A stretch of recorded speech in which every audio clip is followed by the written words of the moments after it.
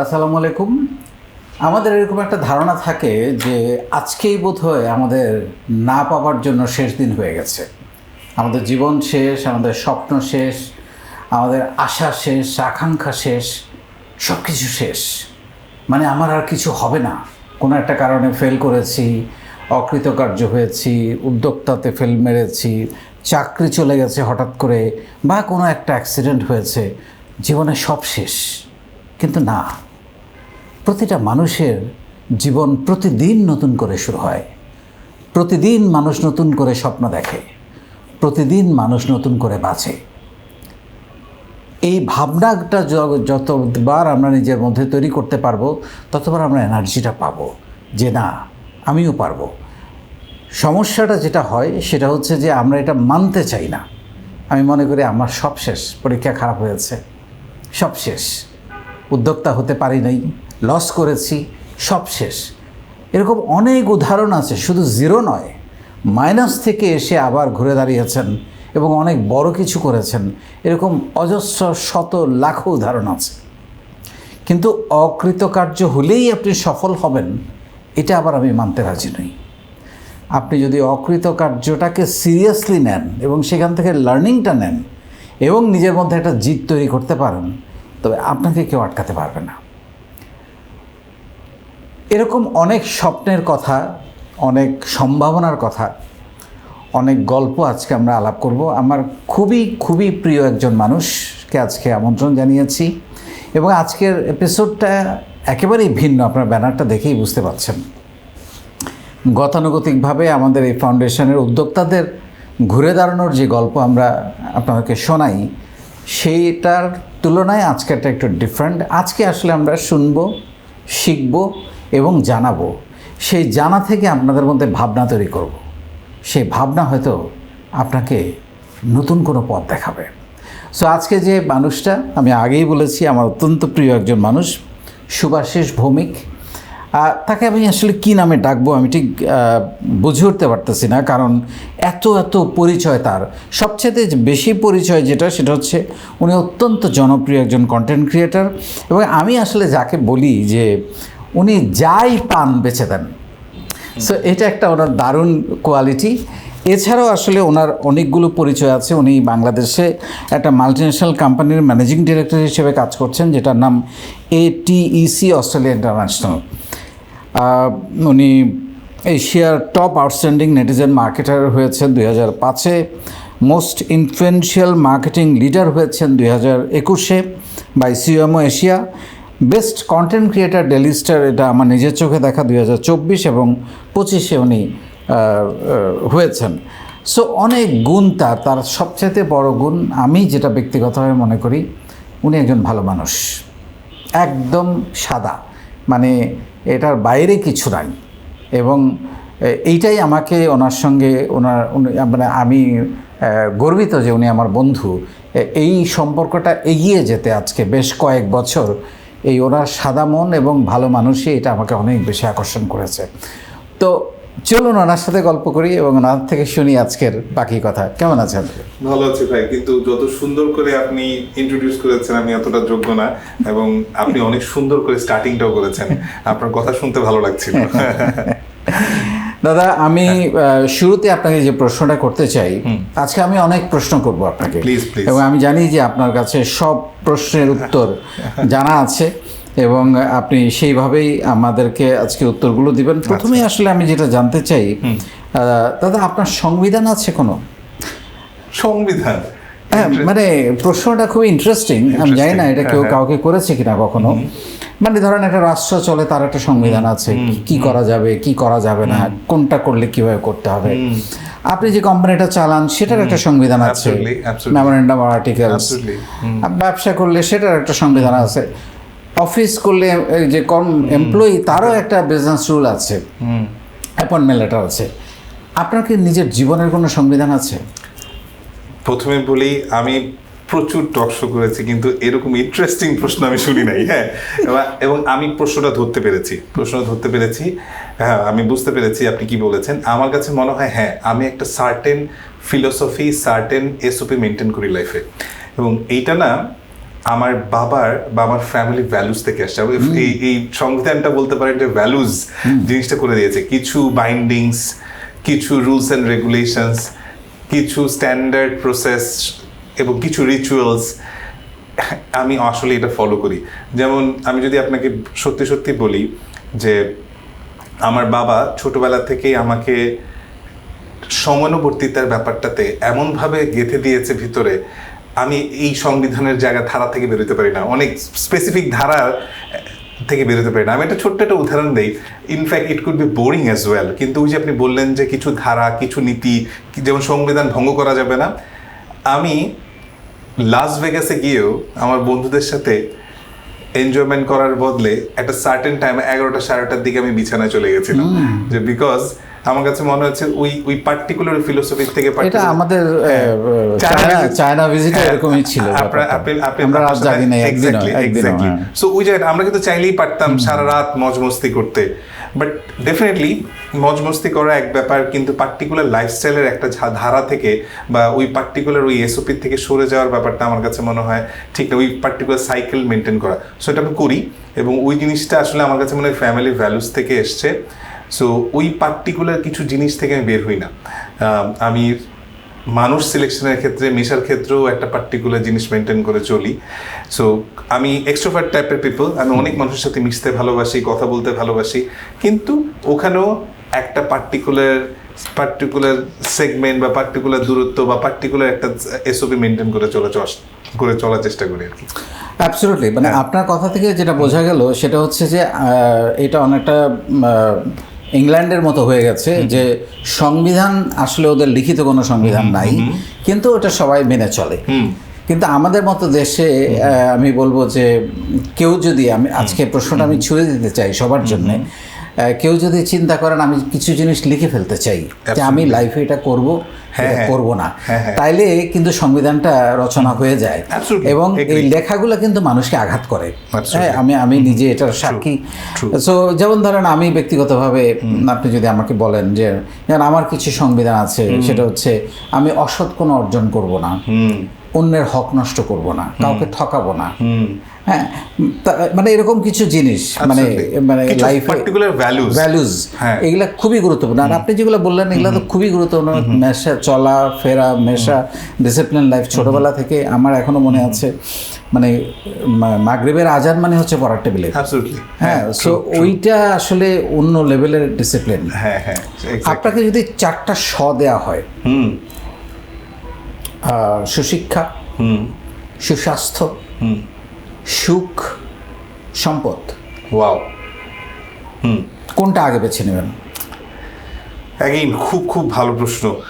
এটা যদি আজ থেকে 10-20 বছর আগে হইতো, তাহলে আমি আগে হচ্ছে গিয়ে বেছে নেওয়ার চেষ্টা করতাম হচ্ছে গিয়ে টাকা পয়সা, অথবা লাস্ট শটটা কি ছিল আপনার? সম্পদ। আমি সম্পদ বেছে নেওয়ার চেষ্টা করলাম, কিন্তু আমি 2বার সিভিয়ার অসুস্থ হই, এবং 2বার সিভিয়ার অসুস্থ হওয়ার পরে কোনো একবার ডাক্তার মানে আমার প্যারেন্টসকে বলেও দিয়েছিল যে আপনার ছেলের যে ইনফেকশনটা খুব খারাপ দিকে চলে যাচ্ছে, ইনফ্যাক্ট অনেকটা ক্যান্সার টাইপের দিকে চলে যাচ্ছে, এরকম একটা ঘটনা হয়েছিল আমার লাইফে। ওই পার্টিকুলার কয়েকটা দিন আমাকে আসলে কিন্তু ভয়ঙ্কর লেভেলের ভাবিয়েছিল, এবং ওই পর থেকে আমার কাছে সবসময় মনে হয় যে সুস্বাস্থ্যর উপরে কোনো স নাই। হ্যাঁ, সো আপনি যদি সুস্বাস্থ্য মানে ধরে রাখতে পারেন, আপনি যদি সুস্থ থাকেন, পৃথিবীর সব কিছু আপনার জন্য আসলে ঠিকঠাক। হ্যাঁ, এক্স্যাক্টলি। এবং এর পরের গুলো আপনি সুস্বাস্থ্য ঠিক, মানে আপনি স্বাস্থ্যবান হলে সুখ অটোমেটিকলি আসবে। হ্যাঁ, সম্পদ আপনি পরেও করতে পারবেন, হ্যাঁ, কিন্তু আপনি যদি সুস্থই না থাকেন, বিশ্বাস করুন, এটা মনে হয় আমার অডিয়েন্সদের জন্য আপনার অডিয়েন্সদের জন্য একটা বেশ ভালো মেসেজ হতে পারে, যে কখনো যদি লাইফে প্রচণ্ড বেশি ডিপ্রেসড ফিল হয়, প্রচণ্ড বেশি খারাপ লাগে, একটাবার হলেও মৃত্যু পথযাত্রী কোনো মানুষের সাথে একটু দেখা করে আসবেন, হাসপাতাল থেকে ঘুরে আসবেন, এক্স্যাক্টলি, বা ক্যান্সার হাসপাতাল থেকে একবার জিজ্ঞেস করুন, বিশ্বাস করেন লাইফের বড় শিক্ষাটা পেয়ে যাবেন। আপনার কাছে মনে হবে কিসের পিছে দৌড়াইতেছি আমরা, হ্যাঁ, সম্পদের পিছে, মানুষের পিছে, মানুষের খারাপ চাচ্ছি, মানুষের জন্য করছি, খারাপ করছি, সব কিছু ভুলে যাবেন জাস্ট ওই জায়গাটাতে একবার ঘুরে আসলে। কারণ অনেকে নিজে ফিল করতে পারে না যতক্ষণ না নিজের হয়েছে। আমার নিজের হয়েছিল বলে আমি ফিল করতে পেরেছি। প্রচণ্ড অসুস্থর সময় আমার কাছে বুঝতে পেরেছে যে খোদা তাআলা আমাকে জাস্ট সুস্থ করে দাও, আমি আর কিছু চাই না লাইফে, আমি জাস্ট একটু বাঁচতে চাই, মানুষের সাথে, ফ্যামিলির সাথে থাকতে চাই। Absolutely. সো প্রশ্নটা খুবই সুন্দর। আমি সুস্বাস্থ্য বেছে নেব। অ্যাবসলিউটলি, এবং আমি এই মেসেজটাই দিতে চাচ্ছিলাম, এটাও আমার ফার্স্ট প্রায়োরিটি এখন, বাট এটাও আমার ছিল না। Exactly. করোনার পরে আমার এটা হয়েছে, এবং আই ইউ নো আমার করোনার টাইমটা Exactly. কি আপনি ছিল, খুব struggle করেছেন, হ্যাঁ। সো এক সময় পাগলের মতো কাজ করেছি। আমার অবশ্য একটা টেন্ডেন্সি খুব ছিল, এটা আমি আমার ছেলেমেয়েদেরকেও বলি, আমি কখনো টাকার পেছনে ছুটি নাই, কাজের পেছনে ছুটেছি। ওইটা বাই ডিফল্ট হয়তো কিছু থাকা খাওয়ার ব্যবস্থা করে দিয়েছে, বাট এতটা কাজ করেছি শরীরের দিকে তাকাই নাই। কিন্তু আমি এখন সবসময় আমিও আপনার মতো অ্যাডভাইস করতে চাই যে শরীরটা আগে, বাকি সব অটোমেটিক হবেই। শরীরের কথা যখন আসলোই আরও কিছু কথা আসা যেতে পারে পরিবারে। মানে আপনি আপনার আরেকটা পরিচয় হচ্ছে বাপকা বেটা, এবং আপনার অসাধারণ একটা ছেলে, এবং ভেরি ভালো ছেলে, আমি বলবো মেধাবী ছেলে, মাশাআল্লাহ। কিন্তু এখনকার সময়ে যেটা হয়, ছেলেমেয়েরা, I am also proud of my sons, they are also doing good, but এখনকার সময়ে যেটা হয়, ছেলেমেয়েরা বাবা মাকে প্যারা মনে করে, কথা শুনতে চায় না, অবাধ্য হয়, বেশিরভাগ সময় মোবাইলে ব্যস্ত থাকে। আপনি কিভাবে আপনার ছেলেকে অনুশাসন করেন, বা অন্যদের জন্য কি হতে পারে পরামর্শ এই সব ক্ষেত্রে? প্রথম কথা ভাই, থ্যাংক ইউ সো মাচ এত সুন্দর করে কমপ্লিমেন্ট দেওয়ার জন্য। কিন্তু আমার কাছে মনে হয় আমার সন্তান এখনও ছোট, লং ওয়ে টু গো। হ্যাঁ, মানে আমি এখনই বলবো না যে ও বড় কিছু করে ফেলছে বা ও কিছু অর্জন করতে পারছে। মাত্র 12-13 বছর থেকে কেবল টিনেজারে পড়তেছে। এই কথাটা আলটিমেটলি 20-30 বছর পরে বলা যেতে পারে যে ও আসলে কিছু অ্যাচিভ করতে পারছে কিনা। বাট আমি বলবো একটা জিনিস বলবো যে আমার বাবার জন্য অ্যাটলিস্ট বলতে পারি। হ্যাঁ, আমার বাবার জন্য আমি বলবো যে আমার বাবা একদিক দিয়ে হয়তো খুব সাকসেসফুল। হ্যাঁ, আমি যে খুব বড় কিছু করে ফেলছি তা না, কিন্তু আমি এখনও তার দেওয়া কিছু ভ্যালুস আমাকে টেনে ধরে। হ্যাঁ, সো আমাকে এখনও কখনোই মনে হয় না যে আমি বাবা মাকে ছেড়ে অন্য কোথাও থাকবো। ইটস নট লাইক যে বাবা মাকে যারা ছেড়ে তারা থাকে তারা খারাপ বা ভালো, আমি তা বলতে চাচ্ছি না। কিন্তু আমার কাছে ওই ফ্যামিলি বন্ডিংসের ভ্যালু সবচেয়ে বেশি। আমার কাছে সারা জীবন মনে হয়েছে সেই টাকার কোনো মূল্যই নাই, যে টাকা আপনি শুধু নিজের সুখের জন্য উড়াবেন, যে টাকাটা আপনি কারোর সাথে বন্টন করতে পারবেন না, এই জায়গাটা আপনার সবচেয়ে কাছের মানুষের কাছে বন্টন করতে পারবেন না। আমার কাছে কোনো মূল্য নাই। এই জন্য আমার কাছে প্রচুর অপরচুনিটি আসছে, ইউ নো মি, কিন্তু তারপর আমি কোথাও ছেড়ে যাওয়ার চেষ্টা করি না আমি কখনোই। সো আমার কাছে মনে হচ্ছে এই মোমেন্টটা আমার এনজয় করা দরকার। আমি ব্লেসড, আমি আমার বাবা মার সাথে থাকি, আমি একসাথে থাকি, এবং আমার সন্তান সেই সময়টুকু পাচ্ছে। সো কিন্তু এখনকার জেনারেশন একটু ভিন্ন ভাই। সো এই মোবাইল গ্যাজেট থেকে সরানো যায়, এটা খুব ডিফিকাল্ট ভাই। মানে প্রথম কথা, গ্যাজেট থেকে আপনি সরাতে পারবেন না। কেন পারবেন না? যেমন আমি আমার সন্তানের সাথে সেদিন কথা বলতেছিলাম, ওর সবকিছু পরীক্ষা এখন গ্যাজেট চলে এসে, আগে খাতাতেও নাই। হ্যাঁ, মানে আগে তো হচ্ছিল যে গ্যাজেটে পড়ে সবকিছু পরীক্ষা প্রিপারেশন নিয়ে খাতায় লিখতো। রিসেন্টলি আমি শুনছি ওর পরীক্ষা থেকে শুরু করে সবকিছু ডিজিটালি চলে আসছে। সো এখন পরীক্ষাও দেয় ডিজিটালি। সো এইসব ক্ষেত্রে থেকে আপনি সম্পূর্ণ সরাতে পারবেন না। কোনো না কোনো হোমওয়ার্ক করতে হয় ডিজিটাল ডিভাইসে, ক্লাস ওয়ার্কের একটা অনেক কিছু ইনফরমেশনস দেয়, অথবা হোমওয়ার্কের যে নোটিফিকেশনসগুলো আসে সব কিছুতে। তারপরও আমরা চেষ্টা করি, যখন আমরা এখন কন্টিনিউয়াসলি চেষ্টা করছি ওকে বলতে যে বলো যে তুমি যদি খেলতে চাও, ডিজিটাল ডিভাইসে খেলতে চাও, তোমাকে আমরা দিব, কত ঘন্টা খেলতে চাও, টাইম ঠিক তুমি ঠিক করো। হ্যাঁ, ও ঠিক করছে, বলছে যে না আমি 2 ঘন্টা খেলতে চাই। আমরা বলছি জিনিসটাকে চলো 2 ঘন্টা আমরা তোমাকে দিব, কিন্তু আমরা জিনিসটাকে আসলে 3টা ভাগে ভাগ করি। পরীক্ষা চলাকালীন সময়ে একদম না, পরীক্ষা শেষের 15 দিন 2 ঘন্টা করে করো, তারপর আবার যখন ক্লাস থাকবে এটাকে 1 ঘন্টা থেকে 1.5 ঘন্টার মধ্যে নিয়ে আসো। We discuss. সো এবং চেষ্টা করি ওই জিনিসটা মেনটেন করার। কিন্তু একটা জিনিস মাথায় রাখবেন যে আমার কাছে মনে হচ্ছে যে ওরা অনেক সময় আপনি যতভাবেই সুন্দর করে বুঝান, ওরা এটা ক্রস করে যেতে চায়, কারণ এটা একটা অন্যরকম, মানে একটা এডিকশনের মতো। আমার একটা এখানে আইডিয়া বা আমার বাস্তব অভিজ্ঞতা আমি শেয়ার করতে চাই, আমার মনে হয় সবার কাজে লাগবে। আমি আমার ফ্যামিলিতে বা আমার সন্তানদের জন্য যেটা করেছি সেটা হচ্ছে আমি ডেস্কটপ বা ল্যাপটপের উপরে তাদেরকে বেশি জোর দিয়েছি, এবং স্ক্রিনটা এমনভাবে রেখেছি যাতে আমি করিডোর দিয়ে হাঁটতে যাওয়ার সময় স্ক্রিনটা আমার চোখে পড়ে। খুব ভালো। হ্যাঁ, সো এটা খুবই গুরুত্বপূর্ণ। অ্যাবসলিউটলি খুবই গুরুত্বপূর্ণ। এটা তো করা উচিতই। আমরাও চেষ্টা করছি, আমাদেরও ডেস্কটপ, হ্যাঁ, কিন্তু স্কুলের জন্য তো ল্যাপটপ দিতে হয় সেটার জন্য। কিন্তু আরেকটা ব্যাপার আমার কাছে মনে হয়, যেটা আমার কাছে মনে হয়েছে যে এই মেসেজটা দেওয়া উচিত, যে আপনি যত কিছু করে আপনি দেখেন বা এখন করেন, সারাক্ষণ মনিটর করে আপনি এটা কন্ট্রোল করতে পারবেন না। বন্ধুত্ব দরকার, এর জন্য একটা দরকার। ওর সাথে আমাকে বলছি যে I don't want to control you, so I have some respect for you. হ্যাঁ, তুমি দয়া করে এই জিনিসগুলো করো না। এই জিনিসগুলো যদি করো, you lose respect in my eyes. যদি বাবার চোখে বা ফ্যামিলির চোখে রেসপেক্টটা না হারাতে চাও, এটা করো না। সো এই জিনিসটা, এই মেসেজটা দেওয়া উচিত। যে ইভেন আমার কাছেও মনে হতো যে আমি ছোটবেলায় কোনো ভুল কাজ করলে আমার সবসময় মনে হতো বাবা তো এটা পছন্দ করবে না। এখন ওই যে আপনি বললাম যে রাত 1টা-2টা আসলে বাবা তো এটা পছন্দ করবে, আমার তো বাবা আছে। সো ওই ভ্যালুসটা যদি, ওইটা তো আমার মধ্যে আছে, সো ওইটা দেওয়ার চেষ্টা করেছি রাদার দেন আমি কন্ট্রোলিং। তবে ভাইয়া আমি একটা কথা খুব দায়িত্ব নিয়ে বলতে চাই, সেটা হচ্ছে সব কিছু আসলে কিন্তু ফ্যামিলি থেকে আসে। আমরা যতই বলি না কেন স্কুল, ফ্যামিলি, মানে প্রত্যেকটা ছেলে মেয়ে আপনি যতই বলেন না কেন অতটা খারাপ হইতে পারবে না যদি পরিবারের অনুশাসনটা ঠিক থাকে। সো পরিবারের বাবা মাকে খেয়াল রাখতে হবে ছেলে মেয়ে কি করছে, কোথায় যাচ্ছে, এবং বন্ধুর মতো মিশতে হবে। হ্যাঁ, এবং আপনি একটা যে সুন্দর কথা বলেছিলেন যে বাবা মাকে দেখতে পারে না বা বাবা মার সাথে ভালো ব্যবহার করে না, ওই জিনিসটাই আর আলটিমেটলি যে দেখুন আমি তো আমার এই বয়সে এসেও আমি বাবা মার সাথেই থাকি। হ্যাঁ, চেষ্টা করছি সুন্দরভাবে যাতে একটা এখনো করার জন্য। আমার অনেক বন্ধু বান্ধবও থাকতে পারছে না বা বিভিন্ন কারণে নানান রকমের জটিলতা থাকতে পারে। সো জটিলতা থাকবেই, সো চেষ্টা করছি। সো অ্যাটলিস্ট আমার সন্তান তো চেষ্টা দেখছে যে আমি আমার বেস্টটুকু চেষ্টা করেছি একসাথে থাকার, ফ্যামিলি ভ্যালুসটা ধরে রাখার। সো আমার তরফ থেকে আমি চেষ্টা করতে পারি। ও ধরে রাখতে কি পারবে না এটা সময় বলে দিবে, বাট চেষ্টার কমতি নেই আর কি। সন্তানের কথা তো গেল, ভাবির পয়েন্ট অফ ভিউতে যদি বলি, আপনি হাজবেন্ড হিসাবে 10-এ কত? এইটা কঠিন। মানে আমার কাছে মনে হয় খুব যে পয়েন্ট পাবো তা না, কারণ আমার মনে হয় যে একটু ব্যস্ততা থাকতে হয়। সো আমি বুঝি যে একটা সার্টেন টাইম পরে ওকে সময় দেওয়া উচিত মাঝে মাঝেই। সো আমি যেন যেটা করি কোয়ালিটি টাইম, হ্যাঁ কোয়ালিটি টাইম এক্স্যাক্টলি দেওয়া উচিত, আরো বেশি বেশি করে। আমার যেটা হয় যে সারাদিন পরিশ্রম করে একটা সার্টেন টাইমের পরে আমি ওই যে একটা বললাম, আমি একটা সার্টেন টাইম পরে আমি বেড টাইমটা আমার একটু আর্লি। সো ও আবার একটু রাত জাগতে ভালোবাসে। সো আমাদের দুজনের মধ্যে এই জায়গায় একটু, আমি আবার খুব ভোরে উঠি, ও একটু পরে ওঠে। It make sense. সো আমাদের প্রথম দিকে এটা একটু ঝামেলা হতো যে আমাদের দুজনের টাইমিং এর এই জায়গাটাতে। সো এখন আমরা অনেকটাই হ্যান্ডেল করে ফেলছি। তো আমার কাছে মনে হয় আমি মিডিওকার নাম্বার পাবো 10-এ 6-7 বা 5 পেতে পারি।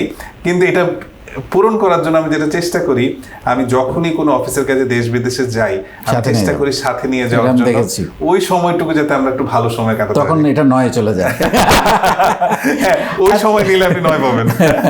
আচ্ছা, ফ্যামিলির কথা যখন আসলো, মানে আমরা ধরেন নাটক, সিনেমায় বা বিভিন্ন মুভিতে আমরা দেখি যে একটা ছেলে একটা মেয়ের সঙ্গে প্রেম করার জন্য কি না যুদ্ধ করছে, বাবা রাজি না, মা রাজি না, ছেলে গরিব, মেয়ে জমিদার, এটা সেটা নানান কিছু ঘটনা দেখি। এবং তারপরে একটা পর্যায়ে গিয়ে সবকিছু মেনে নিয়ে দুজনের বিয়ে হয়। বিয়ে করার পরে সিনেমা শেষ, তারা সুখে শান্তিতে বসবাস করিতে লাগিল। এখনকার পরিস্থিতি এরকম হলো, বিয়ের পরেই তো অশান্তিটা শুরু হয়ে যাচ্ছে অনেক ক্ষেত্রে। এইটার কারণটা কি, আপনার অ্যানালাইসিস কি বলে? আমার যেটা মনে হয়েছে কি বুঝছেন, প্রথম কথা হচ্ছে গিয়ে এখনকার যুগের থেকে বা আমাদের যুগের কথা আমরা বলতে পারি, বা আমাদের যুগের থেকে যদি আমি শুরু করি, দুইটা জিনিস। প্রথম 2 বছর না একটা অ্যাডজাস্টমেন্টের ব্যাপার আছে, এটা কিন্তু সবসময় ব্যাপার আছে, অ্যাডপশনের ব্যাপার আছে। আপনি একটা নতুন এনভায়রনমেন্ট, দুজনের জন্য কিন্তু নতুন এনভায়রনমেন্ট। সো আমাদের দেশগুলোতে কিন্তু এই ধরনের কাউন্সেলিং করা হয়, কোথাও পর্যন্ত বইয়ে বলা হয় নাই যে বিয়ের পর থেকে তোমার আসলে কি কি করা উচিত, কি করা উচিত না। সো আপনি আপনার একটা সার্টেন লাইফস্টাইল লিড করে আসছেন, একটা মেয়ে সব কিছু ছেড়ে আপনার কাছে আসছে। সো ওর জন্য কিন্তু জিনিসটা আরো কঠিন। এবং আমরা কি বলছি, হ্যাঁ তোমাকে কিন্তু আমাদের মতো করে চলতে হবে। এক্স্যাক্টলি, এটা খুব খুব ডিফিকাল্ট। তো এইখানটাই হচ্ছে ফাইটটা চলে। সো অ্যাডপশনের ব্যাপারটা, আপনি একটা এনভায়রনমেন্ট, আপনি যে কোনো জায়গায় ধরেন শীতকাল থেকে গরমকালে গেছেন, অথবা আপনি এখান থেকে আমেরিকা গিয়ে 4 রাত কি ঠিকঠাক মতো ঘুমাইতে পারবেন? প্রথম 3-4 রাত তো আপনাকে অ্যাডপ্ট করতে হবে এনভায়রনমেন্টে, কারণ আপনার ঘুমের সাইকেলটা ডিফারেন্ট। সো আমাদের না এভাবে কোনো জায়গায় শেখানো হয় নাই প্রেম করতে হলে কিভাবে করতে হয়, অথবা প্রেমের পর বিয়ে করার পর কি করতে হয়। এটার জন্য অনেক জায়গায় অনেকে কাউন্সেলিং নেয় বিয়ের আগে, কিন্তু এখন অনেক ধরনের কাকে বিয়ে করব, কম্প্যাটেবিলিটি ঠিকঠাক আছে কিনা, ফ্যামিলি ভ্যালুসগুলো ম্যাচ করে কিনা, এটা তো জানেই না অনেকে। সো ফ্যামিলি ভ্যালুস যখন ঠিক থাকবে না, আপনাকে এই দুটো ম্যাচ করানোর জন্য একটা সময় লাগবে, সেই সময়টাতে অনেকে অধৈর্য হয়ে যায়। এই জায়গায় ভাইয়া আমার খুবই একটা এটা মাই পার্সোনাল রিয়েলাইজেশন, আমি হয়তো আমার ফ্যামিলি থেকে শিখেছি বা আমার বোনদের দেখে শিখেছি। সেটা হচ্ছে, চিন্তা করেন একটা 22-23 বছরের মেয়ে, তার ঘর, তার বালিশ, তার বুকস, তার কাঁথা সবকিছু ফেলে একটা চলে আসছে, বাবা মা আত্মীয় স্বজন বন্ধু বান্ধব ভাই বোন সবাইকে ফেলে আপনার কাছে আসতেছে। আপনার কাছে আসার পর আপনি আপনার পরিবার সহ, আমি আমার পরিবার সহ সবাই মিলে তাকে বলতেছি আমাদের মতো হোক, যে আমাদের মতো করে চলতে হবে। Exactly. It's very কেন ভাই আমরা সবাই মিলে তার মতো হয়ে যেতে পারি না? হ্যাঁ, অথবা দুজন মিলে একটা মিউচুয়াল জায়গায় থাকতে হবে। হ্যাঁ, মানে এটা দুজনেই কিন্তু চেঞ্জ হয়ে যেতে হবে, একটা স্পেস তো দিতে হবে। এক্স্যাক্টলি, এই জায়গাটা আমার কাছে মনে হয়, এই জন্য আমার মনে হয় 2 বছর এটা মনে হয় সবাই এই পথ দিয়ে হাঁটছে। এবং আপনি যখন ওই পথ দিয়ে হাঁটবেন, পথ আপনাকে দেখায় দেয় যে আপনি আসলে কিভাবে হাঁটবেন। কিন্তু কিছু কিছু ক্ষেত্রে এই বুঝটা বা ম্যাচুরিটিটা যদি আগে থেকেও আপনাকে হেল্প করে দেয় যে আমি আসলে এই পথটা কিন্তু এরকম হবে, বন্ধুর হবে, ইউ হ্যাভ টু স্যাক্রিফাইস। মানে স্যাক্রিফাইস ওয়ার্ডটা যে দুদিক থেকেই হইতে হবে, দুজনকে আসলে বুঝতে হবে। আমার কাছে মনে হয় ওই জায়গাটাতে খুবই ইম্পর্টেন্ট। আর এখনকার জেনারেশন আমার কাছে মনে হচ্ছে ধৈর্যের অভাব। সো ইনফ্যাক্ট এই খুব তাড়াতাড়ি রেগে যাওয়া, একজনকে দোষারোপ করা, খুব তাড়াতাড়ি করে ফেলা, এটা হতেই পারে, বাট এত তাড়াতাড়ি একজনকে দোষারোপ করে স্যাক্রিফাইস মাইন্ডেড না হওয়া, এটা মনে হয় একটা বড় রকম কারণ হতে পারে। নিয়তটা খুব জরুরি যে আমি সংসারটা করব। হ্যাঁ, এক্স্যাক্টলি। এবং আমার না মনে হয় এরকম ভালো জিনিস বলছেন, যে আমার সবসময় মনে হয়, যেমন আমি ঝগড়া করার সময় আমি প্রথম 2 বছর আমার কাছেও ঝগড়া করতে ইচ্ছে হইতো, মানে কিছু বললে আমার পাল্টা রিপ্লাই দিতে ইচ্ছে হলো। একটা পর্যায়ে আমি বোঝা শুরু করলাম যে এটা মানে সব ছেলেই পরে বুঝছে যে এটার কনসিকুয়েন্সেস কি। আমি যদি ঝগড়া করতে থাকি, এটার এন্ড রেজাল্টটা তো দুদিকে যাবে। একদিক হচ্ছে আমি সারা রাত ঘুমাতে পারবো না, অথবা একটা খারাপ রিলেশনশিপে শুরু হবে, অথবা পাড়া প্রতিবেশী থেকে আমার বাবা মা থেকে সবাই জানবে। এই জিনিস করে লাভ কি, যে জিনিস করে ক্ষণিকের কালকের থেকে তো আমি আবার একইভাবেই থাকতে হবে। যদি আমি মানুষটাকে ভালোই বাসি, সো এই কনসিকুয়েন্সেসগুলো, তার জিনিসগুলো তার তরফ থেকে একটু দেখা বা তার জায়গা থেকে দেখা। সো ছেলেদের মনে হয় ওই জায়গাটা প্রথম দিকে ধৈর্য একটু কম থাকে, পরে সব ছেলেই হয়তো বুঝে যায় যে how to handle that situation. আমরা একটু এখন আপনার কাজের জায়গায় আসি। কিভাবে সবকিছু বেচে দেন, মানে টেকনিক? আচ্ছা, এটা বিশেষ করেন আমি আজকে একটা সেমিনারে বলছিলাম যে প্রত্যেকের একটা ইন্টারনাল স্ট্রেংথ জায়গা থাকে। ধরুন আপনি খুব সুন্দর করে উপস্থাপনা করেন, নিশ্চয়ই আপনি ছোটবেলায় ভাবেন নাই যে আপনি ভালো একজন উপস্থাপক হবেন বা ভালো একজন পরিচালক হবেন, এ ধরনের প্রতিষ্ঠাতা হবেন, ভাবেন নাই। কিন্তু একটা সার্টেন পর্যায়ে আপনি বুঝতে পারছেন ইনার স্ট্রেংথ। সো আমার কাছে মনে হয় আমি একটা পার্টিকুলার টাইমের পরে আমি বুঝতে পেরেছিলাম যে আমার ইনার স্ট্রেংথ কি। আমার ইনার স্ট্রেংথ আমার কাছে মনে হয়েছে আমি যে কোনো জটিল জিনিসকে সহজ করে বলতে পারি, এটা আমার ইনার স্ট্রেংথ। সো যখন আমি পারি এবং আমি ওই জিনিসটা সুন্দর করে বোঝাতে পারি। সো কোনো জিনিস যখন সুন্দর করে বোঝাতে পারেন এবং জটিল জিনিসটাকে সহজভাবে বোঝাতে পারেন, সো সেই জিনিসটা আপনাকে কনভে করা, মানুষকে বুঝতে হেল্প করে। প্লাস আমি কখনো কোনো ব্র্যান্ডের সাথে যখন আমি কাজ করি, আমি সবসময় প্রবলেম স্টেটমেন্টটাকে নিয়ে চিন্তা করি, প্রোডাক্ট নিয়ে চিন্তা করি না। আপনি প্রোডাক্ট বেচতে যান নাই, আপনি চিন্তা করতে হবে কি সমস্যার সমাধানটা করছে এবং আদৌ কি সেই সমাধানটা মানুষের উপকারে আসছে কিনা। সেটা যদি মানুষ কানেক্ট করতে পারে, তাহলে তো ডেফিনেটলি এটা ভ্যালু বুঝতে পারবে।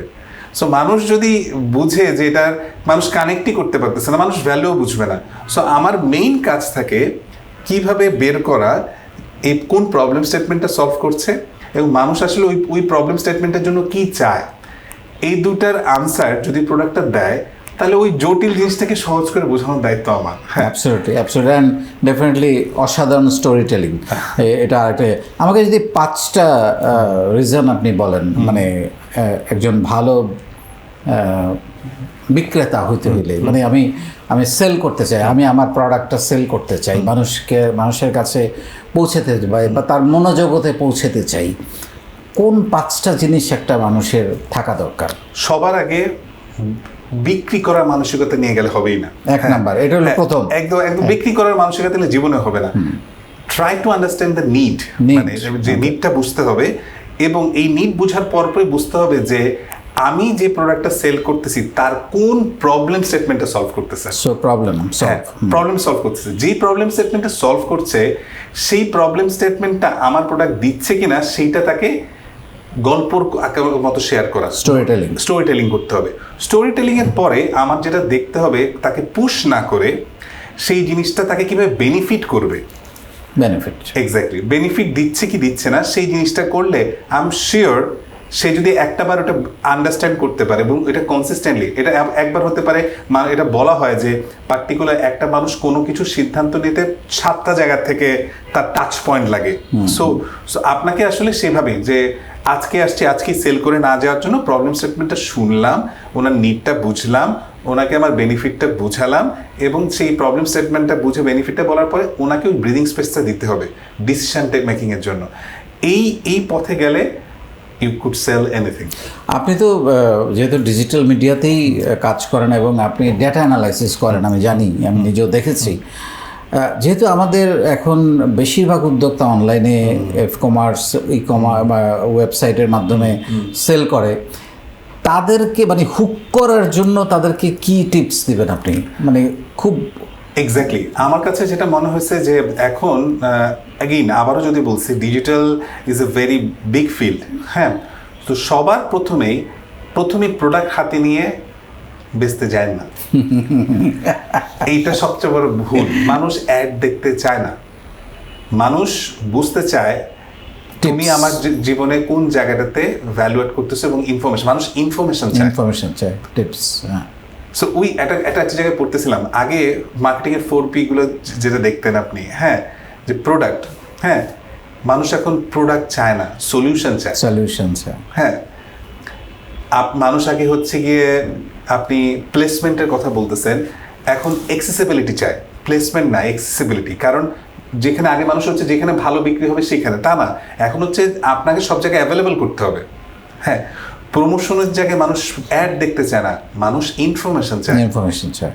সো এইভাবে যে মার্কেটিং সংজ্ঞা কিন্তু চেঞ্জ হয়ে গেছে। সো আমার একটা হাম্বল রিকোয়েস্ট থাকবে, প্রোডাক্টকে ফোকাস করে বেচতে যায় না। সবসময় মনে হয় প্রোডাক্ট দেখালেই মনে হয় বিক্রি হয়ে যাবে। It's not like that. Try to focus on the problem statement that you are trying to solve.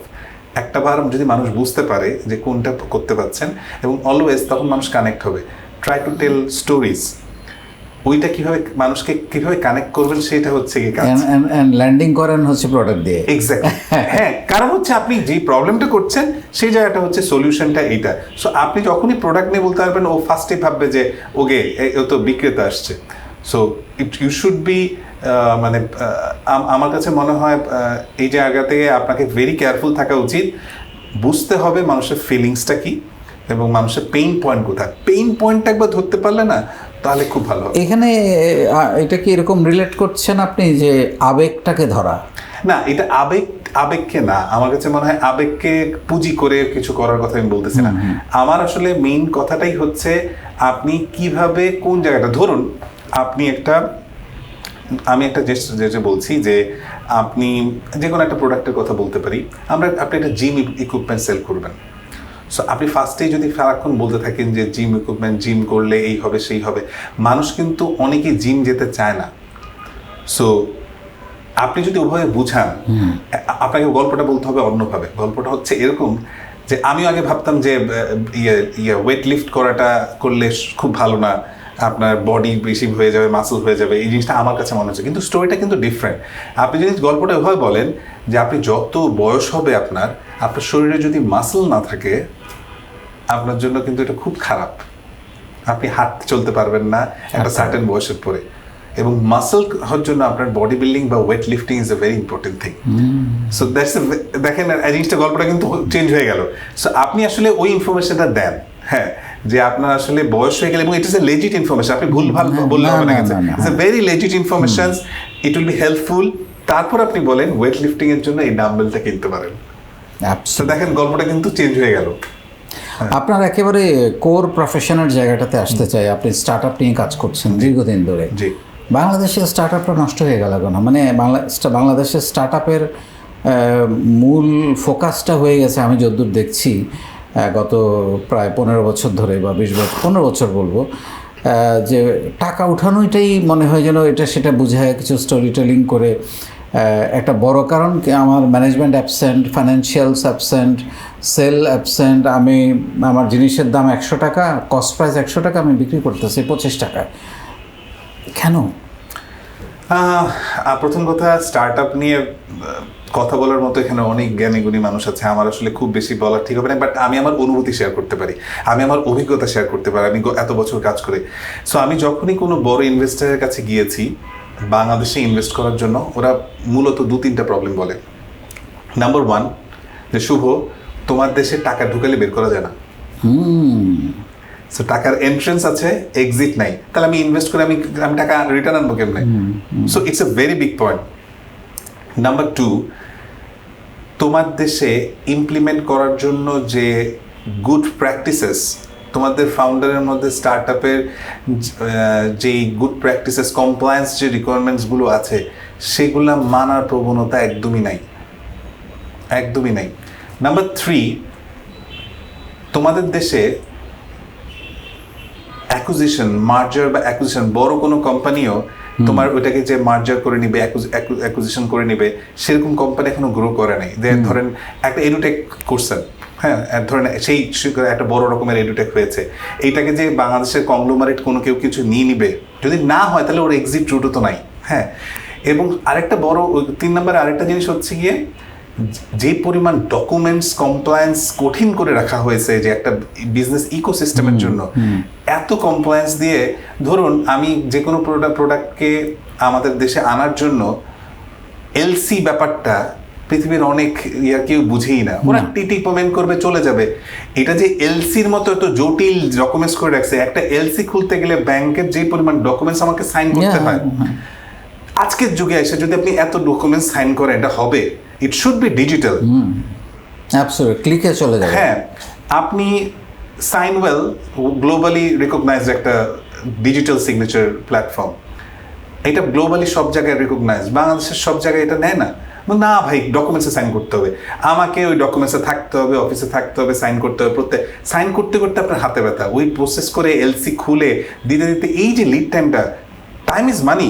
মানুষ ব্লকচেইন চলে আসছে এখন, মানে টাকা টিক টিক টিক টিক করে চলে যাচ্ছে, আপনার পরবর্তী চলে, ততক্ষণে তো অন্য দেশ অনেক দূরে আগে গেছে, আপনি বসে বসে এলসি খুলতেছেন। এত সমস্যা থাকলে বেশ ঝামেলা। আরেকটা যেটা জিনিস হচ্ছে, আমাদের দেশে আমার কাছে মনে হয় স্টার্ট আপ এর বেস্ট প্র্যাকটিসেসগুলো শেখার জন্য ভালো ইনকিউবেটর, এক্সিলারেটর সেভাবে গড়ে ওঠে নাই। আমাদের ইউনিভার্সিটিগুলো এখনও সেভাবে আপনাকে প্রচুর পড়াশোনা বিবিএ এমবিএ করায়, কিন্তু বিজনেস করার জন্য, আমি একটা খুব ইন্টারেস্টিং একটা গল্প বলতে পারি। আমি নাম নিলাম না, আমি একটা ইউনিভার্সিটিতে গিয়েছিলাম একটা সেশন নেওয়ার জন্য। আমাকে বলছিল যে আমাদের এখন বিবিএ 12 লক্ষ টাকার জন্য 10 লাখ টাকা করে দিয়েছি আমরা। হ্যাঁ, সো আমি ওনাকে খুব হামলি বললাম যে আপনি না 12 লাখ টাকাই নেন, হ্যাঁ, 10 লাখ টাকা যেহেতু নিতে পারছেন, আরো 2 লাখ টাকা নেন, কিন্তু ওই 2 লাখ টাকা দিয়ে লাস্ট 3 বছর তো ওকে পড়াইছেন, ওই 2 লাখ টাকা দিয়ে লাস্ট সেমিস্টারে ও টিচারদের তত্ত্বাবধানে ওকে একটা ব্যবসা শুরু করতে বলেন। ও 2 লাখ টাকা দিয়ে যদি ও সবকিছু হারায়ও ফেলায়, যে শিক্ষাটা পাবে সেটা ট্রেমেন্ডাস। আর যদি গেইন করতে পারে, তার মানেও বুঝবেন যে আপনার যারা পড়াইছেন এতদিন ধরে সেটা সাকসেসফুল। আর তা যদি না হয়, তাহলে আপনার মনে হয় এটা বন্ধ করে দেওয়া উচিত, কারণ 3 বছর ধরে পড়ায় যদি ও যদি কিছুটা না শিখে, তাহলে তো ঝামেলা। কিন্তু আপনার কি মনে হয় না ইন্ডাস্ট্রি এক্সপার্টদের সঙ্গে এক্সচেঞ্জ না হওয়ার কারণে ওরা absolutely so with due respect to teachers, again টিচার্সরা থাকবে, কিন্তু সেকেন্ড ইয়ারের পরে সব ইন্ডাস্ট্রি এক্সপার্টদের সাথে কোলাবোরেশন করতে হবে। তারা তাদের রিয়েল লাইফ, ধরেন আপনি আপনার রিয়েল লাইফ স্টোরি বলবেন, আপনি স্ট্রাগলটা বলবেন, এই ভুলটা করো না। জানো, আমি এইখানে কাতারে দোহাতে এই প্রেজেন্টেশন দিতে গেছিলাম, আমি এই ফরম্যাটে দেখে আসছি। জানো, ওখান থেকে ইন্ডিয়ানরা সেই লেভেলের প্রেজেন্টেশন, তাদের বডি ল্যাঙ্গুয়েজটা এরকম ছিল, তাদের জেস্চার এরকম ছিল, পশ্চার এরকম ছিল, তারা স্টার্টিং এর হুক এভাবে দিছে। জানো, প্রেজেন্টেশনে খুব বেশি রকমের ঢালাও কথাবার্তা লেখে নাই, কয়েকটা ছবি দিছে। এই শিক্ষাগুলো কে দিবে বলেন তো? এই শিক্ষাগুলো তো দিতে হবে কাউকে। অথবা ইনভেস্টার, তুমি জানো, তোমাকে আমি ইনভেস্টারের এখানে এই ইনভেস্টার এই সেক্টরে ইনভেস্ট করতেছে, এই নেটওয়ার্ক থেকে তুমি জানতে পারবা। তুমি এই গ্রুপে থাকো, এখান থেকে গ্র্যান্ড অপরচুনিটি আছে, হিউজ গ্র্যান্ড অপরচুনিটি, কেউ জানেই না, কেউ অ্যাপ্লাই করে না। ধরেন কোনো রকমভাবে অ্যাপ্লাই করে একটা ফান্ড পেলো, এই ফান্ডটাকে সাস্টেনেবল করার জন্য তার আর কি কি কোয়ালিটিস দরকার? Oh my God, you asked a very vital question. So প্রথম কথায় আমাদের দেশে যে পরিমাণভাবে ফান্ড পাওয়ার পরে নিউজ হয়, কোনোদিন আমি দেখি নাই নিউজটা হয়তো ওই ফান্ডটা কোথায় ইউটিলাইজ হয়ে ও কোথায় আছে। ফান্ড পাওয়ার পরে না কোম্পানিগুলোকে আমি নাই আমি আমি আমি আপনার নাম না বলি, মানে বাংলাদেশে খুব প্রচলিত একটা কথা আছে যে যাদেরকে এরকম ফান্ড আনার কারণে অনেক অ্যাওয়ার্ড দেওয়া হয়েছে, পরবর্তীতে কোম্পানি নাই হয়ে গেছে। অ্যাবসলিউটলি, বিকজ দুইটা কারণ হচ্ছে কি ফান্ডের পরে না গেমটা অন্যরকম। এতদিন ছিল আইডিয়েশন স্টেজ, এখন হচ্ছে scalability. Scalability is a different ball game. মানে একদম আমাদের বাবা চাচার আমলের আসল ব্যবসায় ঢুকছো তুমি স্টার্ট আপ, ঠিক আছে, তুমি একটা নতুন আইডিয়া আনছো। Scalability is a different ball game. Scalability should be lean. এখানে তোমার ক্ষেত্রে সবসময় ফর্মুলা থাকতে হবে ওরকম, তোমার আয়ের চেয়ে ব্যয় কোনোদিন বেশি হতে পারবে না। আমরা ফান্ডটা পাওয়ার পরপরই ভাবি হচ্ছে কি এবার স্কেলেবিলিটি মানে আমার একটা ভালো অফিস লাগবে, ভালো একটা গাড়ি লাগবে, সো চমৎকার করে 20 লাখ বা 25 লাখ টাকা দিয়ে একটা অ্যাড বানাইতে হবে, অ্যাড বানায় দিয়ে হিউজ পরিমাণ এক্সপেন্স করে জিনিসটা করে দিতে হবে। But it's a different ball game, it's investors money, you can't spend this money in this way. So আমার কথা মানে খুব বুঝে শুনে যদি ইনভেস্ট না করি, যে তাহলে তো ইনভেস্টার দুদিন পর ধরবে, এবং একবার যদি ইনভেস্টার ধরা খায় তাহলে ও আরো কয়েকজন ইনভেস্টরকে বলবে আমি কিন্তু ধরা খাইছি, তুমি যাও না, এবং এগুলো রেকর্ডেড থাকে। কিন্তু তাহলে কি হবে, বাংলাদেশে তাহলে আরো এরা আসা শুরু করবে না। ধরুন ইতালির একজন ইনভেস্টর বাংলাদেশে অলরেডি ধরা খেয়েছে, ও কি তাহলে বাকিদেরকে বলবে না যে ওরা কিন্তু রিটার্ন দেয় না? ফোরাম তো ঘুরে ফিরে এক্স্যাক্টলি। আর একই বল গেমটাই আমরা যদি ডিফারেন্ট চেঞ্জ করে ফেলি, আমরা খুব প্রফেশনাল, আমরা ফেল করতে পারি, কিন্তু আমি প্রচন্ড প্রফেশনাল ছিলাম, প্রত্যেকটা জিনিস ঠিকঠাক মতো করছি, আমি টাইম টু টাইম আপডেট করেছি আমার ইনভেস্টরকে, এই হচ্ছে সিচুয়েশন, এই হচ্ছে চ্যালেঞ্জেস, তুমি একটু ওয়েট করো, আমি এভাবে করতেছি। ও কিন্তু ওয়ার্ড অফ মাউথ করবে না। বাংলাদেশের এই কালচারটা গড়ে উঠছে, ওরা উঠতেছে, প্রবলেম আছে, প্রবলেমগুলোকে সলভ করতে হবে। কোনো হয়তো পলিটিক্যাল কারণ, কোনো হয়তো রেগুলেটরি কারণে যেতে পারে নাই, but they are doing good. এই মেসেজটা দরকার। আমাদের সম্পর্কে একটা বাজে ধারণা হচ্ছে আমাদের ভালো গভর্নেন্স নেই, আমরা কমপ্লায়েন্স মানি না, আমাদের ভালো ট্যালেন্টরা সেই রুলস অ্যান্ড রেগুলার বা বেস্ট প্র্যাকটিসেসগুলো মেনে চলি না, আর আমাদের এখান থেকে টাকা পয়সা নষ্ট হয়। এবং আমরা ট্রাস্টটা শুরুতেই নষ্ট করে দিয়েছি বড় বড় কতগুলো স্ক্যাম করে। এক্স্যাক্টলি। সো এই জিনিস করলে কিন্তু আপনি দুদিন পর আপনাকে আমরা প্রথমে ভাবি কি ওরা হয়তো বোকা, ওরা বোকা না, ওরা তোমাকে সুযোগ দিছে, তুমি চালাক ভেবে যদি সরলতার সুযোগ নিয়ে বাইপাস করো, প্রথমবার জিতবা, কিন্তু তুমি সহ পরবর্তী অনেকজনকে তুমি মেরে ফেলবা, মেরে ফেলার কথা যখন আসছে, আপনি কি লাইফে কখনো ঠকেছেন? ঠকেছি, হ্যাঁ ঠকেছি তো অবশ্যই। মানে কাছের মানুষরাই তো টুকটাক ঠকায়। সো লাইফের কিছু আপস এন্ড ডাউনস তো আছেই। হ্যাঁ, লার্নিংটা কি ঠকার?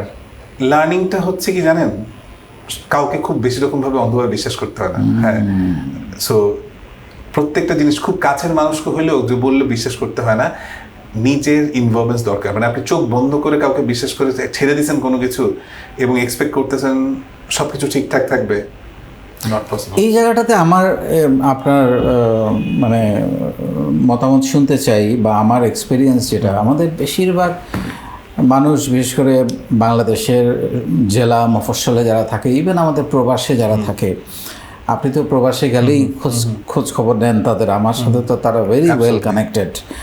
আমি তাদেরকে মানে পা ধরা বাকি আছে যে বাবা তোর পকেটের টাকাটা তুই কাউকে দিস না, নিজের কাছে রাখ। অ্যাবসলিউটলি ভাই, অ্যাবসলিউটলি। আমি একটা জিনিস শেয়ার করি। আমি এই সপ্তাহে আমি আফ্রিকা থেকে আসলাম।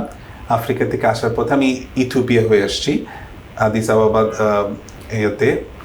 ওখানে ইথিওপিয়ান এয়ারপোর্টে আমি একটা খারাপ জিনিস দেখলাম যে এটা হচ্ছে কি বিশাল লাইন। আমি বুঝলাম এটা বাংলাদেশিদের লাইন। কারো হাতে কোনো লাগেজ নাই, কোনো ব্যাগ নাই, কোনো মোবাইল নাই, পাসপোর্ট কিচ্ছু নেই, শুধু একটা ডকুমেন্ট। এদের সবাইকে অবৈধভাবে সৌদি আরবে যাওয়ার কারণে ওখান থেকে ফেরত দেওয়া হয়েছে। আমার কাছে যে কী যে খারাপ লাগলো ব্যাপারটা, এবং আমি কয়েকজনের সাথে কথা বললাম, আমি বুঝছেন খুব আগ্রহ নিয়ে কথা বললাম। আগ্রহ নিয়ে কথা বলার পরে যেটা বুঝলাম, 22 দিন হয়েছে টোটাল ওখানে গেছে, 2 দিন গেছে যেতে, গিয়ে ধরা খাইছে, 18 দিন জেলে ছিল, 20 দিন আর 2 দিন ফেরত। হচ্ছে বিশ্বাস, আর সব বিশ্বাস করে 3-4 লাখ টাকা 5 লাখ টাকা করে কাজের জন্য গেছে।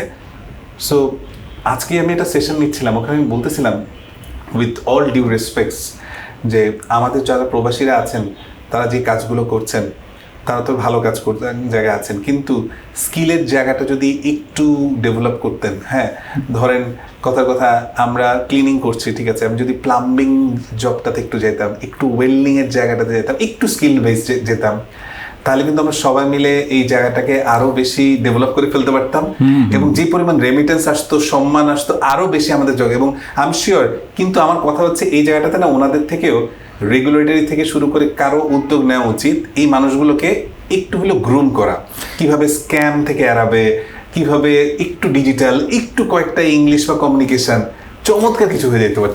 যেমন আমি কয়েকটা জিনিস আপনাকে, যেহেতু সবাই শুনছে কাজে লাগবে, যেমন ধরেন তাদের একটু ইংরেজি অল্প স্বল্প বলতে পারা, অ্যাবসলিউটলি, হ্যাঁ, তারপরে হচ্ছে লিডারশিপের জায়গাটাতে একটু, ছোটখাটো, যেহেতু টিম চালাতে হবে, ছোটখাটো, তারপরে হচ্ছে money management, this very important, they don't know money management. তারপরে হচ্ছে hotel management, light engineering, catering, cooking, cleaning, heavy গাড়ি ড্রাইভিং, রোড কনস্ট্রাকশন, নার্সিং, খুবই demand. Absolutely, electrical and electronics, mechanical engineering, মানে যেটা লাইট মোবাইল টেকনিশিয়ান খুবই দরকার। Absolutely. তারপর ইলেকট্রিকের কাজ, আপনি যেটা বললেন একটু আগে, প্লাম্বিং, এসির কাজ, রাইট, গাড়ির গ্যারেজের টেকনিক্যাল কাজ সেরকম। তারপরে হচ্ছে ওয়েল্ডিং, যেটা একটু আগে বললেন, তারপরে রাজমিস্ত্রি, কার্পেন্টার, পেইন্টার, অ্যালুমিনিয়ামের কাজ, স্কিল লেভেলের কাজগুলো। যেমন আমাদের যেটা হয়, ও গিয়ে বলছে জানেন আমরা তো কাতার বা সৌদি আরবে খুব ভালো আছি, তোরে নিয়ে যাবো। নিয়ে যেমন ঠিক আছে, এখানে অনেকে স্ক্যামের শিকার হয়, আবার কোনো হয়তো ভালো ভালো মানুষও আছেন, নিয়ে যান। কিন্তু তার এই মানুষগুলোকে যদি কেউ একটা জায়গায় বলতো যে চলো তোমাদেরকে একই লেভেলের কাজ না নিয়ে আমরা চিন্তা করি একটু অন্য লেভেলের কাজ, কারো ডেফিনেটলি কারো না কারো দক্ষতা আছে, এই জায়গাটা একটু দক্ষ করে যদি পাঠাইতো, দেশের পাশাপাশি ওনাদের নিজেদের যে ইমপ্রুভমেন্টটা হতো না, অন্য লেভেলের ইমপ্রুভমেন্ট হতো। এবং আমার কাছে বারবার মানুষ অনেকের সাথে কথা বলছে যে ভাইয়া একটু যদি কাজ শিখে আসতাম, একটু অন্য লেভেলের কাজ শিখে আসতাম, ওরা বুঝে, একটু পরে গিয়ে বুঝে, কিন্তু ততক্ষণে তো ড্যামেজ হ্যাজ বিন ডান।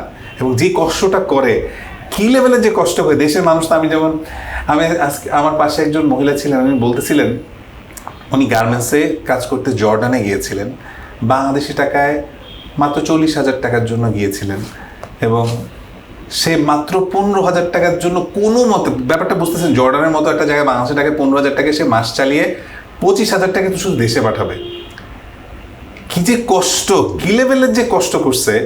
কিন্তু এই একই জিনিসটাই যদি একটু আরেকটু স্কিল ডেভেলপমেন্ট করে ওদেরকে একটু, যদি একটু কয়েকটা ইংরেজি শেখা, একটু কমিউনিকেশন, কিছু ওয়ার্ক ইথিক্স জানা, সম্মানটাও বেশি বেড়ে যেত, স্যালারিটাও বেশি বাড়তো, এবং ওনারা যাদেরকে ডাকতো পরের লেভেলটাতে। আমাদের কাছে মনে হয় এই পরের 10 বছর আমাদেরকে সময় দেওয়া উচিত, কিভাবে আমরা একটু পরের লেভেলে যাব। আচ্ছা, আমাকে একটু, মানে আমার না মাথায় আসে না, আজকে আমি মানে নিজের বলার মতো একটা গল্প ফাউন্ডেশন তো 8 বছর ধরে চালাচ্ছি, আমি কথা বলছি, আপনি জানেন, অনেকদিন ধরে এটা নিয়ে, হ্যাঁ, স্কিল ডেভেলপমেন্ট নিয়ে। এবং আমার তো আর সারা পৃথিবীর প্রবাসীদেরকে কানেক্ট করা সম্ভব না, বাট আমি প্রায় 1 লক্ষ প্রবাসীকে কানেক্ট করেছি, এবং আমি তাদের মনোজগতে আমি অনেক পরিবর্তন এনেছি। তারা এখন আর কাউকে টাকা তুলে দেয় না, এইটুকু জায়গায় করেছি। এবং এমনও করেছি যে এসেই কি করে, দুবাই থেকে আসছে, আগে একটা বাড়ি বানাইতে হবে, তারপরে কি হয় 5 বছর 7 বছর পরে বাড়ি থেকে কিন্তু কোনো ইনকাম আসতেছে না, 5-7 বছর পরে তার বাজার খরচের টাকা নাই। আমি তাদেরকে বুঝাতে পেরেছি যে বাবা, লোককে দেখানোর জন্য বাড়ি বানাইও না, তারা এখন এটা করে না। এবং এমনও হয়েছে যে বাড়ি শুরু করেছে, একতলা করে কাজ বন্ধ করে দিয়েছে। এই জায়গাগুলো তাদের জন্য তৈরি করেছি।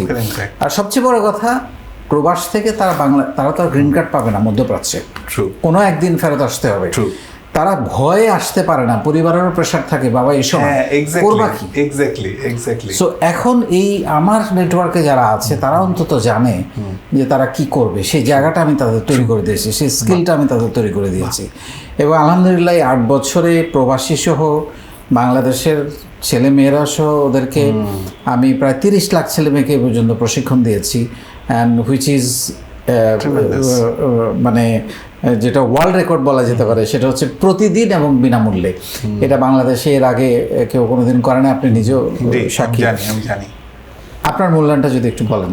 না, আমি আমি আপনাকে অসম্ভব মানে ধন্যবাদ দিতে চাই, কারণ আমার রিয়েলি ফিল হয়েছে এই মানুষগুলোর জন্য কেউ কথা বলে না। এই মানুষগুলো যারা কথা বলে তাদের জন্য অসম্ভব স্যালুট। এবং আপনি যেভাবে আমি দেখি আপনার প্রায় সেশনগুলোতে দেখি, এবং আপনি বারবার করেই স্পেসিফিকলি ধরাই দিতে পারেন, কিন্তু কথা হচ্ছে আপনার কথা ডেফিনেটলি এতগুলো মানুষের কাছে বসতে কতজন মানুষ অনুধাবন করতে পারছে সেটাই ইম্পর্টেন্ট। আপনার জন্য আপনি বলতে পারেন, আপনি সহজ করে বলতে পারেন, অনুধাবন করার ব্যাপারটা আসলে ওনাদেরকে। আই এম শিওর 8 বছর ধরে চালাচ্ছেন, আরও কিছুদিন পরে মানুষের মধ্যে একটা ডিফারেন্ট একটা চেঞ্জ পাবেনই আপনি। আমি শিওর যে এতদিন প্রথম বছর যেগুলো পাইছেন সেই মানুষগুলো হয়তো 8-8তম বছরে রিয়েলাইজ করছে, আরে বাহার ভাই তো বলছিল আমাকে যে বাড়ি করেন না এভাবে, সেই সব টাকা নষ্ট করে ফেললেন না, টাকাটাকে হয়তো 3টা ভাগে ভাগ করে 3 জায়গায় রাখেন বা এরকম করেন।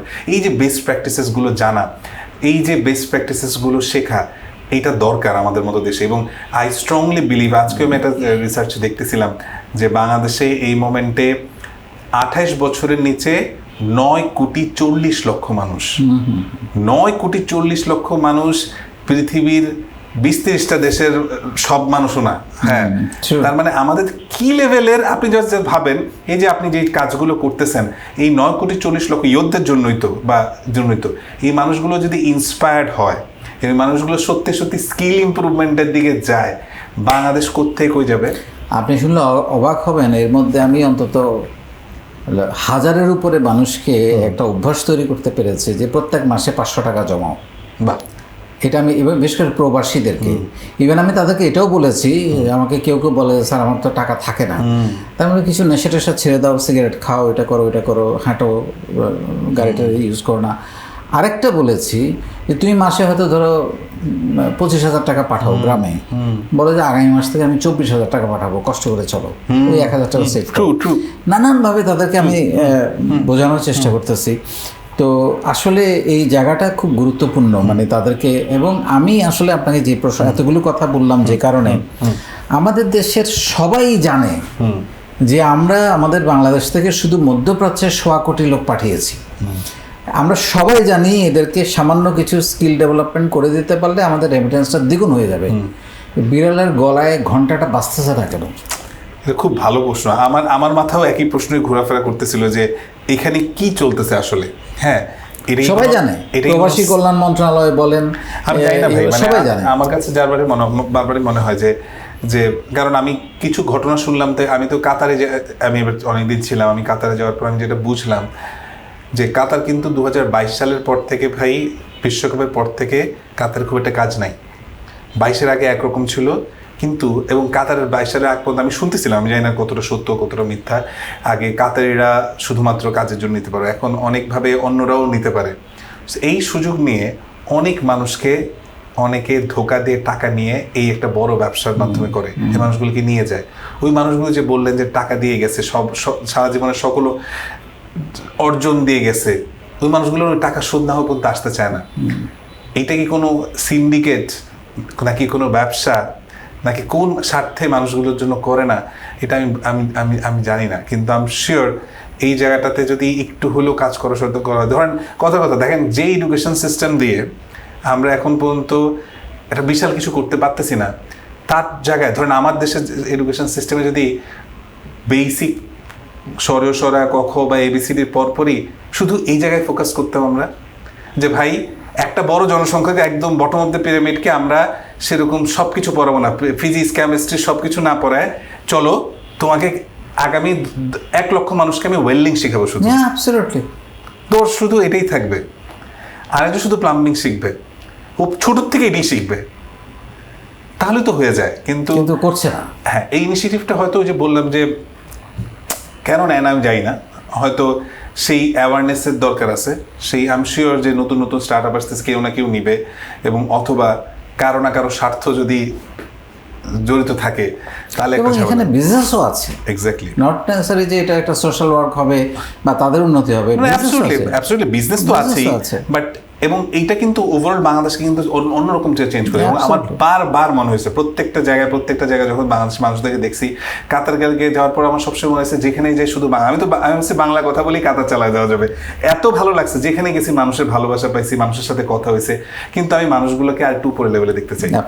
মানুষগুলোকে আমি দেখতে চাই তারা হোটেলের ম্যানেজার হবে, আর একটু বড় জায়গায় যাবে, আরো প্রাউডলি বলবে, হ্যাঁ, এবং তারা আরো দেশ থেকে মানুষ নিয়ে যাবে, উবার চালাবে, আরো ভালো ভালো জায়গায় যাবে, এবং তখন প্রাউডলি বলবে বাংলাদেশি মানুষ।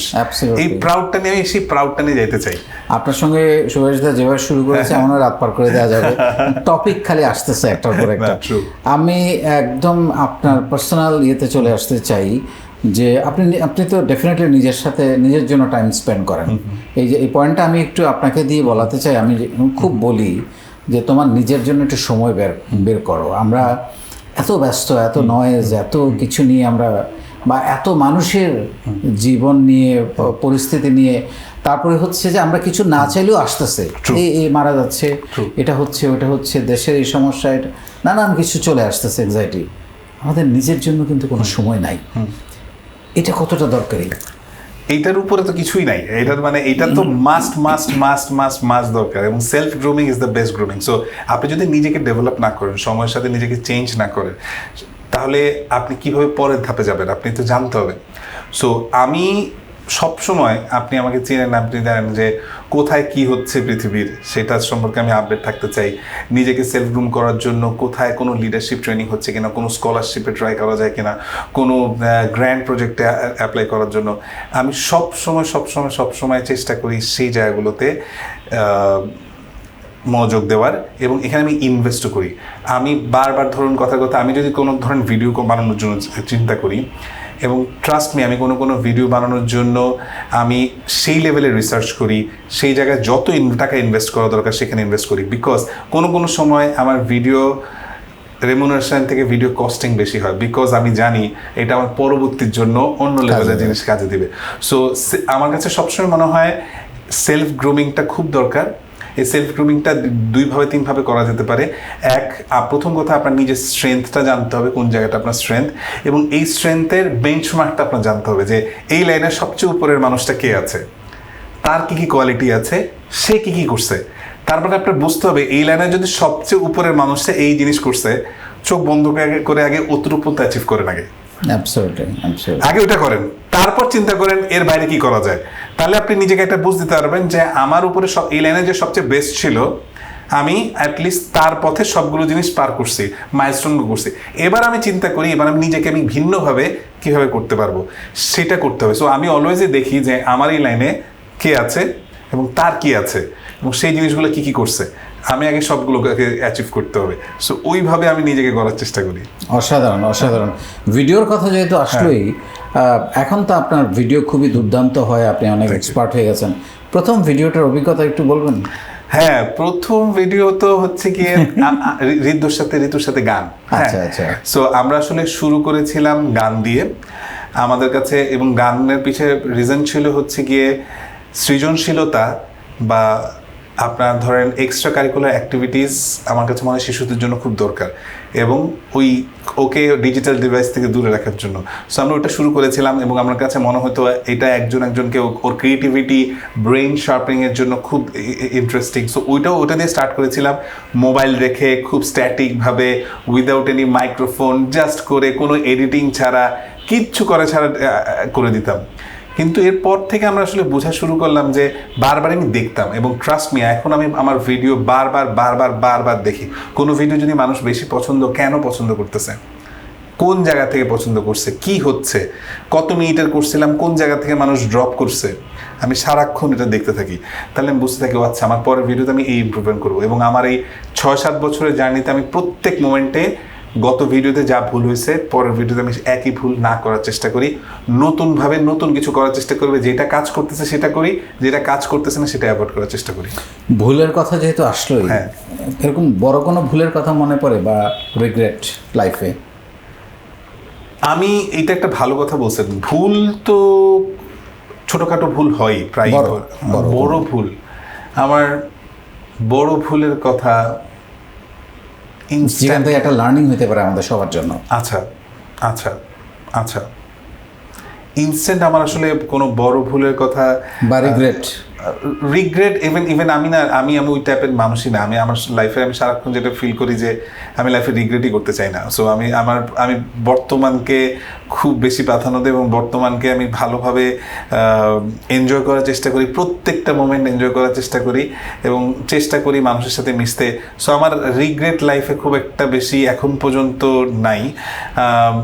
কিন্তু মানে হয় না এরকম যে ও তো একটু বেশি রিয়াক্ট করে ফেলেছি, এভাবে না বললেও পারতাম, এরকম তো হয়ে যায় অনেক সময়, কন্ট্রোল করা মুশকিল হয়ে যায়। ট্রু। আমি যেটা বলছিলাম যে আমি আসলে একটা সার্টেন টাইমের পরে আমি আসলে নিজেকে একটু অন্যভাবে আমি গুছিয়ে ফেলছি এবং আমি সবসময় আমি একটু অন্যভাবেই চলার চেষ্টা করি যাতে আমাকে রিগ্রেট না করতে। এবং আমার সবসময় মনে হয় যে অবস্থানেই আছি আল্লাহ যা দিছে তাতে আমি খুশি এবং সেই অবস্থান থেকে আমি আমার পরের লক্ষ্যের দিকে যাব। আমি রিগ্রেট করার মতো অবস্থায় আমি যা তার মানে এই রিগ্রেট, ভুল, এই সব কিছুর উৎপত্তি কিন্তু হচ্ছে মেজাজ হারানো। ট্রু। আমি চেষ্টা করি এবং আমরা আসলে মেজাজ হারাইয়ে আমাদের কোনো লাভ লাইফে হয় না, পুরাটাই লস। অ্যাবসলিউটলি। সো আমাদের আসলে রাগ থেকে দূরে থাকা। অ্যাবসলিউটলি। আমি প্রচন্ড চেষ্টা করি। যেমন আপনি আপনার ভাবির সাথে কথা বলছেন, আপনি আপনার ভাবিকে জিজ্ঞেস করতে পারেন, লাস্ট 13 বছরে আমি কোনোদিন ঝগড়াতেই যাইনি। হ্যাঁ, আমি কোনোদিনও কোনো ঝগড়াতে যাই না। আমি জানি যে ওই জায়গায় আমি টেম্পারমেন্ট হারাইলেই হবে। আমি ওই আগের থেকেই আমি কোনোভাবে ওই পথেই নেই। আমি আগের থেকে অন্য পথে চলে যাই, যাতে কোনোভাবে যে এমন কিছু করার চেষ্টা করিই না যাতে ওই জিনিসটা উৎপত্তি হতে পারে, কারণ এটার এন্ডিংটা ভালো, পেইনফুল। আমরা একদম শেষের দিকে আমি বলতে চাচ্ছি না, আমার মনে হয় প্রসঙ্গে আমি একটু আগে বলছিলাম যে আমির খান একটা শো করেছে 6 ঘন্টা। আমার তো ভালো লাগছে, আপনার সঙ্গে যেভাবে ঢুকে গেছি আরো কয়েক ঘন্টা কথা বলা যাবে, তো শেষ করতে হচ্ছে যেহেতু টাইম, আপনি আজকে সারাদিন ব্যস্ত ছিলেন। একদম লাস্ট 2 মিনিট এটা আপনার জন্য, ক্যামেরা ইজ অন, আপনার মনে যা আসে আপনি বলতে পারেন, নিজের কথা আমাদের দর্শকদের জন্য বলতে পারেন। এখানে লাখ লাখ ইয়থরা আছে সারা বাংলাদেশ থেকে, সারা পৃথিবী থেকে, তাদের জন্য বলতে পারেন। This is floor is years. আমার কাছে মনে হয়েছে যে আগেইন আমি আজকে ওই স্ট্যাটিস্টিক্স থেকে শুরু করতে চাই যে আমি প্রচুর দেশ ভ্রমণ করেছি। সেই প্রচুর দেশটা ভ্রমণ করার পর আমার কাছে এখনই মনে হয় সবাই তো চাবে নিজের দেশকে উপরে দেখতে, এবং আমি একদম মন থেকে চাই বাংলাদেশকে আগামী 10-15 বছর একটু অন্য জায়গায় দেখতে। কিন্তু অন্য জায়গায় দেখা তখনই সম্ভব যদি আমরা নিজেরা চেঞ্জ হই, এবং নিজেরা চেঞ্জ হওয়ার জন্য তখনই সম্ভব এই যে ইয়থ 15 থেকে 29 বছর বয়সের 9,40,00,000 ইয়থ, যদি তারা চিন্তা করে এখন সব কিছু আছে, ওয়ার্ল্ডের বেস্ট প্র্যাকটিসেসগুলো একটু জানবো, পৃথিবীতে কী ঘটতেছে, ওরা কীভাবে চলতেছে। ওরা সারাক্ষণ এরকম হিংসা বিদ্বেষ নিয়ে নাই, কমেন্টসে গিয়ে একজনকে গালিগালাজ করে না, এগুলো সময় নষ্ট। আপনি নিজে কিছু করার চেষ্টা করি, নিজের স্ট্রেংথটা খুঁজে বের করি। I am sure you have some strength. একটা জাস্ট বলতে চাই, পুরো অস্ট্রেলিয়া মিলে মানুষ হচ্ছে 2 কোটি। ওই 2 কোটি মানুষ থেকে প্রতি বছর ক্রিকেটে ভালো করে, ফুটবলে ভালো করে, অলিম্পিকে গোল্ড মেডেল পায়। ওরা তো অন্য কিছু খায় না। ওরা আগে বর্বর জাতি ছিল একরকম, অনেক আগে অনেক জায়গায়। সিঙ্গাপুরে মানুষগুলো জেলে ছিল। সো আমরা তো আমাদের পরদাদা, আমরা সবসময় বলি আমাদের জমিদার ছিল, আমাদের রাজবংশ ছিল। তো সেই জায়গার থেকে একজন জেলে যদি 25-30 বছরে চেঞ্জ হয়ে এরকম হয়ে যায়, সিঙ্গাপুর চেঞ্জ হয়েছে সব মিলে 30 বছরে। সো এই 30 বছরে আমি দেখতে চাই এই 9,40,00,000 মানুষ প্রত্যেকে তাদের হিডেন ট্যালেন্টটা খুঁজে বের করার চেষ্টা করবেন। প্রত্যেকে কিছু পজিটিভ, ক্রিয়েটিভ, এমন কিছু করা যেটা দেশকে অন্য লেভেলে নিতে পারে, গ্লোবালি রিকগনিশন পেতে পারেন। শুধু এই লক্ষ্যটার দিকে যদি কেউ ছুটে, পড়াশোনায় খুব ভালো হইতে হবে এমন কিছু না। ট্রাস্ট মি, আপনি সারাদিন সাঁতার কাটেন, চিন্তা করেন মাইকেল ফেলিপস এত রেকর্ড করছে, আমি সারাক্ষণ এইটাকে টার্গেট নিয়ে দৌড়াতে থাকি। তো কেউ তো অ্যাটলিস্ট না পারলে অলিম্পিক পর্যন্ত যেতে পারবে। শুরুটা আপনি করলে পরের জন্য করে ফেলতে হবে। আমাদের ক্রিকেট যেভাবে শুরু হয়েছে। সো আমার কাছে মনে হয়, আমার হাম্বল রিকোয়েস্ট, আমি আগামী 10-12 বছর পর্যন্ত যদি আল্লাহ বাঁচায় রাখে, আমি দেখতে চাই এই 9,40,00,000 মানুষ একটা অন্যরকম বাংলাদেশ গড়বে। অলরেডি শুরু হয়েছে সেই বাংলাদেশ গড়া, কিন্তু কোথায় কোথায় হারায় যায়। খুব কষ্ট লাগে যখন দেখি এই হিংসা বিদ্বেষ, মারামারি, একজনকে গালিগালাজ, এই জিনিসগুলা প্রচণ্ড রকমভাবে নিজেকে হেয় করে, পুরো পৃথিবীর কাছে আমাদেরকে হেয় করে। এবং আমাদেরকে বাংলাদেশ যখন আমরা বলি, তখন একটা অন্যরকম, ওদের চোখে রেসপেক্টটা থাকে না। সো আমি চাই প্রত্যেকটা বাঙালি পৃথিবী যেখানে যাবে সবাই যাতে রেসপেক্টের চোখে মানুষগুলোকে দেখে। এবং একটা মানবিক বাংলাদেশ তৈরি করতে পারি আমরা। Absolutely. আমাকে অনেকে জিজ্ঞেস করে যে আপনি এই কাজ কেন করেন, টাকা পান না, পয়সা পান না, প্রতিদিন প্রায় 4-5 ঘন্টা সময় দেন। আমি উত্তর এটাই দেই যে আমি বাংলাদেশের জন্য কাজ করছি। সো আসলে বাংলাদেশের জন্য আমাদের প্রত্যেকেরই কাজ করার জায়গা আছে। দাদা, আপনাকে অসংখ্য অসংখ্য ধন্যবাদ আজকে এসে আমাদের সঙ্গে এত সুন্দর একটা আড্ডা দেওয়ার জন্য। Thank you so much. এবং ভবিষ্যতে আবারও খুব Absolutely. স্পেসিফিক কোনো, আজকে তো এলোমেলো টপিক ছিল, বাট স্পেসিফিক টপিক নিয়ে ডেফিনেটলি আমরা আলাপ করব। কিন্তু আপনার সাথে কথা বলতে খুব ভালো লাগছিল। সেম ভাই, আমিও এত সুন্দর করে আপনি প্রশ্ন করছেন, ফ্ললেস, আমারও ভালো লেগেছে। Thank you. Thank you. যে নিজেকে ভালোবাসে না সে পৃথিবীর কাউকেই ভালোবাসতে পারে না। আমাদের সবার আগে নিজেকে ভালোবাসা উচিত। একটা মানুষ যদি নিজেকে ভালোবাসে তার পক্ষে খারাপ কাজ করা অসম্ভব। সে নিজেকে অসুন্দর করতে পারে না যদি সে নিজেকে ভালোবাসে। আমরা যে এত রকমের অন্যায়, এত রকমের খারাপ কাজ, এত রকমের অমানবিক কাজ বা এত রকমের সততা, এত কিছু করছি, তার পিছনে একটাই কারণ, আমরা আসলে আমাদেরকে ভালোবাসি না। সো আমাদের নিজেদেরকে ভালোবাসতে হবে, তবেই আপনি একজন যোগ্য নাগরিক হয়ে উঠবেন। আর আপনার ভেতরে যে সম্ভাবনা আছে এটাকে খুঁজে বের করার চেষ্টা করেন। কারণ এই ঘুমন্ত প্রতিভাটাকে আপনি যতক্ষণ না জাগিয়ে তুলতে পারবেন, যতক্ষণ না আপনি বেরিয়ে না পড়বেন, যতক্ষণ না আপনি খুঁজবেন, যতক্ষণ না আপনি নিজেকে প্রশ্ন করা শিখবেন, যতক্ষণ না বলবেন ওয়াই, আমি এটা কেন করব, কিভাবে করব, কোথায় করব, কার জন্য করব, কিভাবে করব, এই প্রশ্নগুলোর উত্তর যদি আপনি খুঁজে পান, আপনাকে আসলে কেউ থামাতে পারবে না। আজকে যিনি অতিথি সুভাষিস দা, তার পুরো আলোচনা থেকে আমি ডেফিনেটলি আমি বিশ্বাস করি যে আপনাদের মধ্যে একটা নতুন ভাবনা তৈরি হয়েছে, একটা নতুন জগৎ তৈরি হয়েছে। যে জগৎটা, যে ভাবনাটা হয়তো আপনাকে আজকে থেকে নতুন করে ভাবতে শেখাবে। অনেক ধন্যবাদ।